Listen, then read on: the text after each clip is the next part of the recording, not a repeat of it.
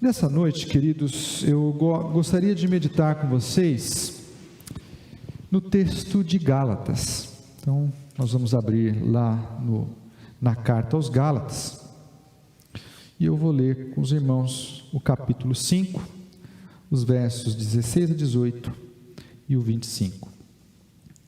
Um texto que eu gostaria de meditar, não vou me alongar, é um texto curto. Também nós estudamos no domingo passado sobre essa passagem, tivemos um outro foco, e eu pensei comigo, que eu gostaria de passar e colocar em ênfase algo que nós passamos muito rápido no estudo da lição de domingo, tá? Que é andando pelo Espírito. Então, gostaria de convidar você a abrir sua Bíblia, Gálatas 5, 16 e 18. 16 e 18, e nós vamos ler também depois o verso 25.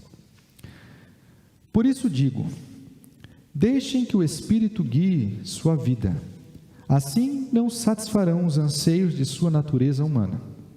A natureza humana deseja fazer exatamente o oposto do que o Espírito quer, e o Espírito nos impele na direção contrária àquela desejada pela natureza humana. Essas duas forças se confrontam o tempo todo, de modo que vocês não têm liberdade de pôr em prática o que intentam fazer.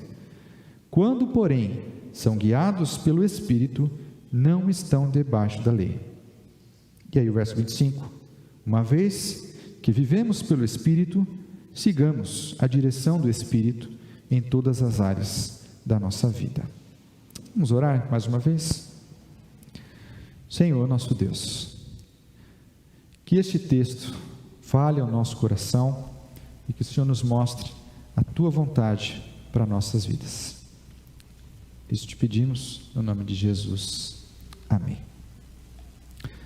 Esse texto de Gálatas foi escrito pelo apóstolo Paulo, e o contexto em que essa carta foi escrita é muito interessante, porque essa carta aos Gálatas foi escrita logo após aquele concílio em Jerusalém, que nós lemos, por exemplo, lá no capítulo 15 de Atos. Provavelmente foi escrito após este concílio, ou entre as deliberações que a igreja em Jerusalém fazia a respeito daquilo que se estava debatendo. E o grande debate que estava acontecendo na igreja ali era o seguinte: o que é importante para esses novos convertidos? Apenas o evangelho que nós estamos proclamando, ou também precisa haver uma proclamação e uma guarda da lei que Moisés instituiu? Esse era o grande debate que estava acontecendo na igreja, se havia necessidade da lei de Moisés ser guardada por esses novos convertidos que estavam se chegando à igreja, esses novos seguidores de Jesus. Então, ali no capítulo 15 você vai ver o desenvolvimento, Paulo e Barnabé indo até a igreja de Jerusalém e falando para os irmãos a respeito do trabalho que Deus havia feito através deles entre os gentios, como Deus havia usado a vida deles, o evangelho que eles estavam proclamando. E aí, Paulo então, nesse contexto de debate dentro da igreja entre essas duas questões, evangelho e lei de Moisés, Paulo escreve então a sua carta aos Gálatas. Por quê? Havia alguns irmãos dentro da igreja que diziam ser necessário guardar a lei de Moisés. E essas pessoas, esses falsos irmãos, haviam chegado nas igrejas da região da Galácia. Então, Paulo recebe essas notícias com grande pesar, com grande susto, e aí escreve essa carta e manda para eles. E o que ele está dizendo na carta aos Gálatas? De que o Evangelho não precisa da lei. O Evangelho por si só é suficiente. A lei tinha uma função, e essa função foi superada com a vinda de Jesus, com a sua morte e ressurreição. Então, a lei, na explicação de Paulo, ela funcionava apenas para tentar coibir nosso comportamento exterior. Ele simplesmente fala que o que nós devemos fazer ou não fazer. Já o Evangelho causa uma mudança no interior, nos levando a desejar realizar essas coisas que a lei simplesmente diz que nós devemos fazer ou deixar de fazer. O Evangelho, ele muda a pessoa por dentro e faz com que essa vontade de realizar as obras de Deus, de fazer a vontade de Deus, seja natural, coisa que a lei nunca conseguiu fazer. Porque a lei, aí Paulo entra no capítulo 5, ela não consegue mudar ou nos libertar da vontade humana, porque essa vontade humana, essa vontade que nós temos, ela está escravizada ao pecado. O pecado nos escraviza e impede com que essa nossa vontade busque as coisas de Deus. Paulo vai dizer então que a única coisa que pode fazer mudar ou nos libertar dessa vontade humana maculada pelo pecado é o Espírito Santo, atuando na vida dos seguidores de Jesus. Então, Paulo, ele está dizendo aqui no capítulo 5 isso. E o interessante é que Paulo, ele apresenta e organiza o seu argumento em volta de dois pontos que são opostos entre si. Ele não está falando de salvação, mas ele está falando de controle. Aqueles que são controlados pela vontade humana, e essa vontade humana, ela é caída, ela é pecaminosa, esses que são controlados pela vontade humana, vão realizar aquilo que ele chama de obras da carne, que estão aqui nos versículos 19 e 21. Já aqueles que são controlados pelo Espírito, vão gerar o fruto do Espírito, que estão aqui dispostos, essas qualidades, nos versículos 22 a 23, que nós estudamos no último domingo. Então, veja que Paulo, nesse capítulo 5, ele está falando sobre isso. E aí ele termina esse capítulo com o versículo 25, versículo importantíssimo para nós entendermos e compreendermos o que Paulo está falando. Ele diz: uma vez que vivemos pelo Espírito, sigamos a direção do Espírito em todas as áreas da nossa vida. Em outras versões, ele vai dizer assim: se vivemos pelo Espírito, andemos também pelo Espírito. E aí nós começamos o nosso estudo.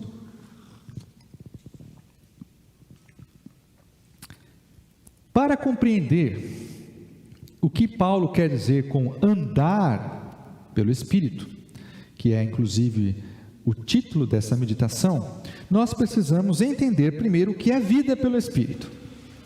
E isso se encontra lá em 2 Coríntios 5:17.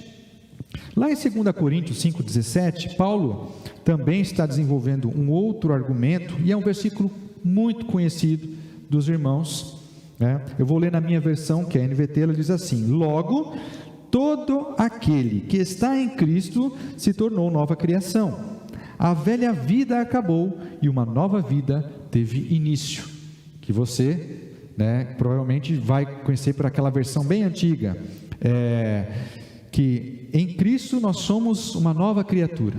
As coisas velhas ficaram para trás, eis que tudo se fez novo.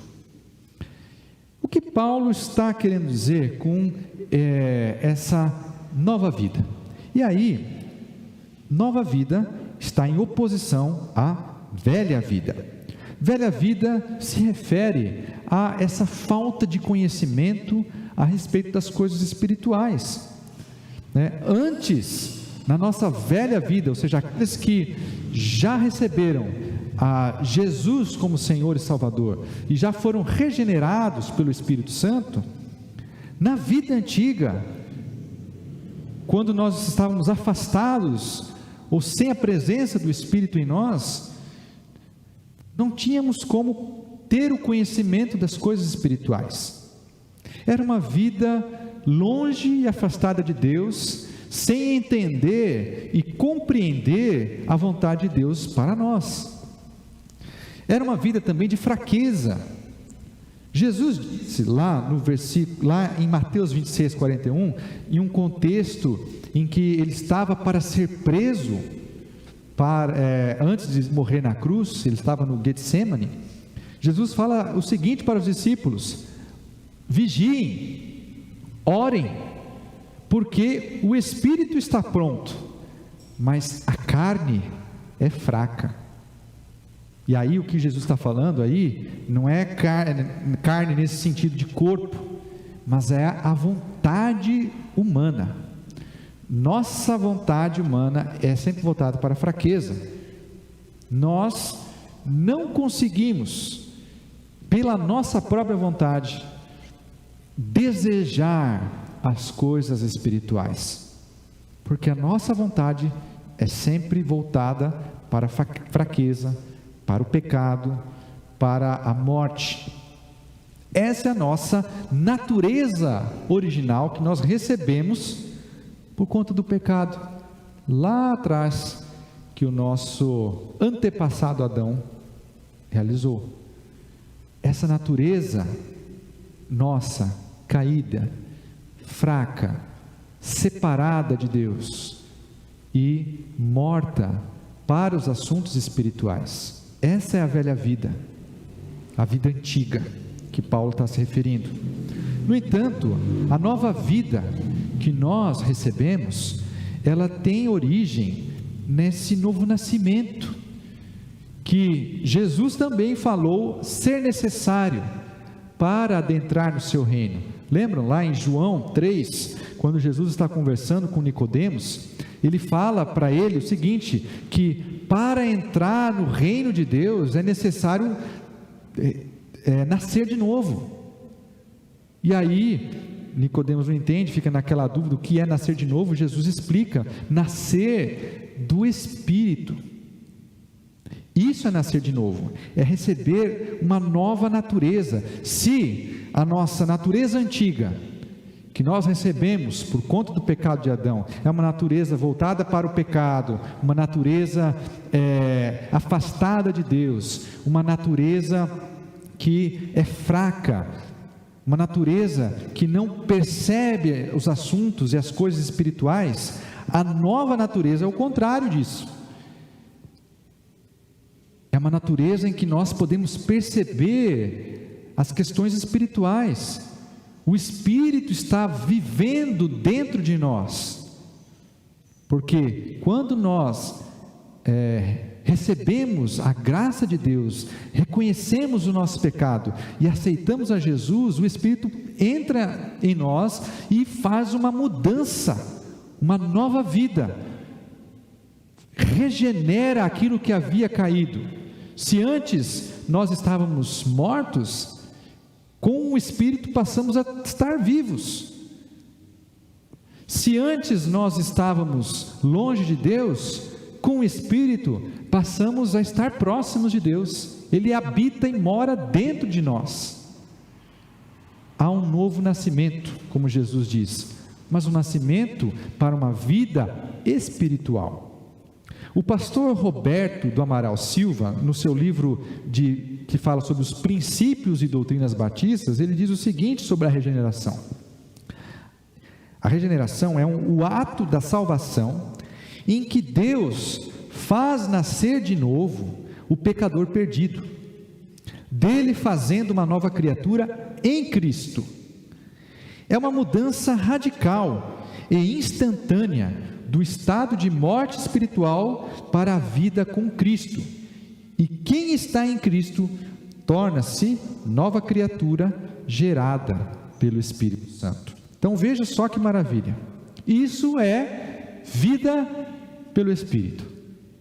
Essa nova vida que nós recebemos quando o Espírito Santo entrou em nós e fez essa mudança.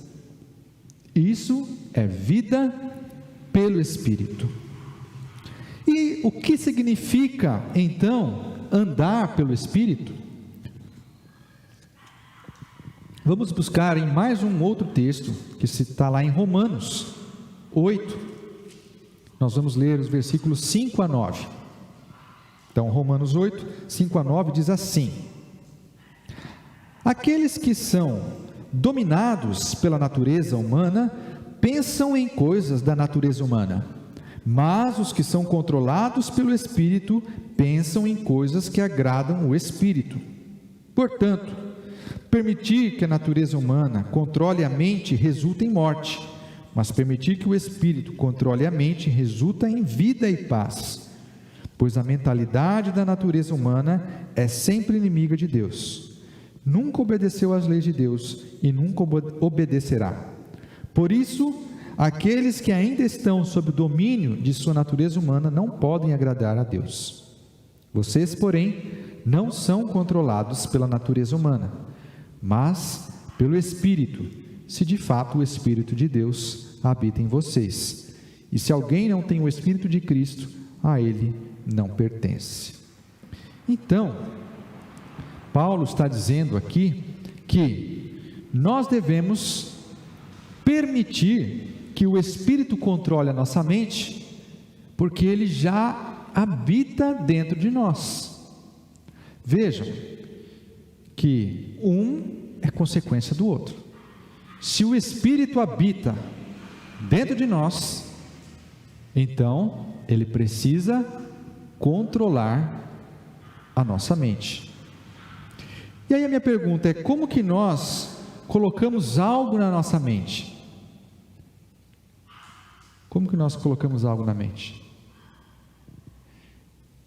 Através dos nossos sentidos. Esses dias eu passei perto de casa, dirigindo, e perto de casa tem um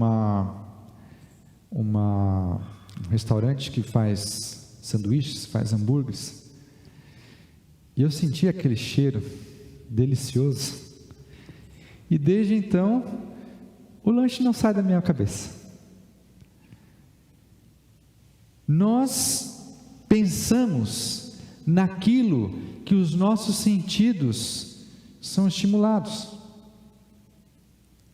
O simples cheiro do hambúrguer me fez lembrar do sanduíche. Agora, quando nós lemos ou vemos algo, o quanto mais isso não fica na nossa mente. Se o simples cheiro já desperta alguns pensamentos, algum toque, já nos faz lembrar de alguma situação, imagina a leitura, ou você ver algo. E aí a minha pergunta também é: como nós colocamos alguém no nosso pensamento, na nossa mente? Através de um relacionamento. Então, se Paulo está dizendo que nós devemos permitir que o Espírito controle a nossa mente, na verdade ele está dizendo que nós devemos buscar relacionamento com Deus, para que Ele esteja constantemente nos nossos pensamentos. Como nós nos relacionamos com Deus? Qual é a nossa parte nisso? Ouvindo a sua palavra, conversando com Ele através das nossas orações, meditando no que Ele deixou para nós escrito. Assim nós nos relacionamos, assim mantemos o Espírito na nossa mente, constantemente na nossa mente. Vamos ler aquilo que o Espírito inspirou. Nós não cremos que este livro foi inspirado pelo Espírito e que este livro ele é vivo e eficaz para nos mostrar qual é a vontade de Deus para nós? Então vamos mantê-lo na nossa mente, nos nossos pensamentos. Assim nós estamos nos relacionando com Deus e buscando fazer a sua vontade. Dessa forma nós mantemos então o Espírito, controlando os nossos pensamentos. E dessa forma nós andamos pelo Espírito. Quando nós somos controlados pelo Espírito Santo. Lá em Gálatas 5,16, Paulo fala assim: deixem que o Espírito guie sua vida. Então Paulo parece sugerir que nós temos um papel que é de não impedir a ação do Espírito em nós. E ele fala a mesma coisa no texto que a gente leu aqui de Romanos. Portanto, permitir que o Espírito controle a mente resulta em vida e paz. A nossa tarefa é não impedir que o Espírito exerça esse controle em nós. É não impedir que o Espírito encontre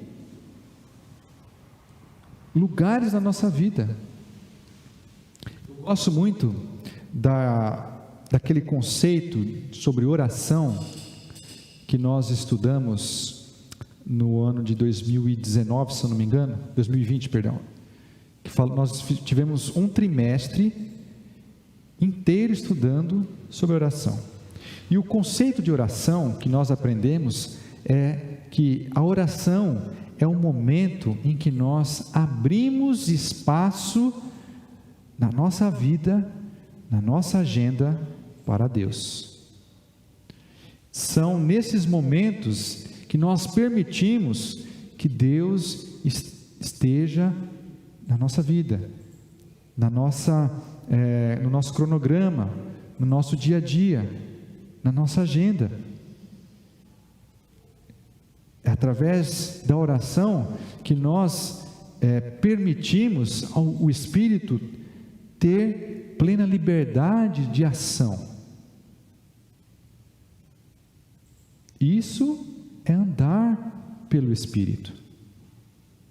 Isso é andar, nos permitir que o Espírito Santo guie todas as áreas da nossa vida. Lá no versículo 25 de Gálatas, Paulo faz assim, que se o Espírito vive em nós, nós devemos seguir a direção do Espírito em todas as áreas da nossa vida. Se o Espírito controla o nosso ser, então ele vai nos impulsionar na direção que ele deseja. E nós devemos permitir que ele controle a nossa mente, controle todo o nosso ser, não impedir a ação do Espírito Santo.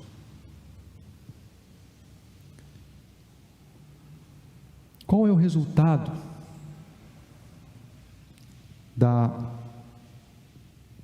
do andar pelo Espírito. Estou me aproximando aqui da final desse estudo. O resultado do andar pelo Espírito, primeiro, como diz o texto, é não satisfazer a vontade humana que é caída e gera as obras da carne. O versículo 16 ele começa assim, deixem que o Espírito guie sua vida, assim não satisfarão os anseios da natureza humana. Então, o primeiro benefício, o primeiro resultado de nós andarmos pelo Espírito é não satisfazer a nossa velha vida, é não voltar àquelas práticas que nós tínhamos antes de sermos regenerados pelo Espírito. Paulo vai listar nos versículos 19 e 21 algumas práticas que aqueles que são dominados por essa vontade humana caída realizam, práticas horríveis, contrárias à vontade de Deus. Depois os irmãos podem ler os versículos 19 e 21. Então, esse é o primeiro resultado. Segundo, está aqui no versículo 17, no final, ele fala sobre a liberdade para nós colocarmos em prática o que antes não podíamos fazer. O que nós não podíamos fazer antes de nós recebermos essa nova vida? Nós não tínhamos como agradar a Deus. Paulo vai falar numa das suas cartas que o homem que não foi regenerado, ou seja, o homem espiritual, o homem que não é espiritual, ele não tem como agradar a Deus. Nós que já recebemos o Espírito e fomos regenerados, temos essa nova vida, agora nós temos a liberdade para buscar as coisas que agradam a Deus, buscar as coisas que Deus deseja para nós. Nós temos liberdade para isso. Antes nós éramos escravos da nossa natureza pecaminosa, nossa natureza humana caída, mas agora nós estamos livres dela, por causa do Espírito dentro de nós, e quando nós andamos pelo Espírito, temos esta liberdade também de efetivamente cumprir o propósito da lei. Lembra que eu disse lá no início que a lei ela cuida apenas da parte exterior, do comportamento exterior, enquanto que o Evangelho, quando o Espírito Santo entra dentro de nós, ele faz uma mudança por dentro. E se antes nós não conseguimos cumprir a lei, agora nós podemos cumprir o propósito da lei, porque agora nós temos uma vontade dentro de nós, que nos impulsiona para as questões espirituais, graças à pessoa de Jesus. E por fim, o resultado de andar pelo Espírito, ou seja, pelo controle do Espírito, quando o Espírito controla a nossa vida, o resultado é o fruto do Espírito. Nós estudamos isso no domingo. Qual é o fruto do Espírito? Amor, alegria, paz, paciência, amabilidade, bondade, fidelidade, mansidão e domínio próprio.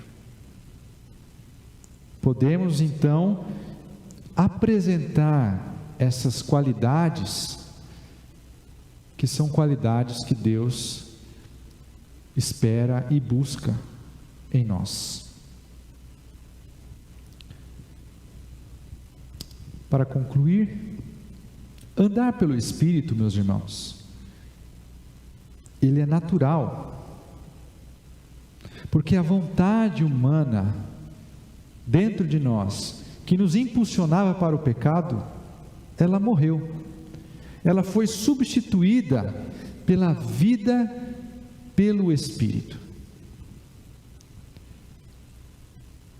E esse andar pelo Espírito é natural,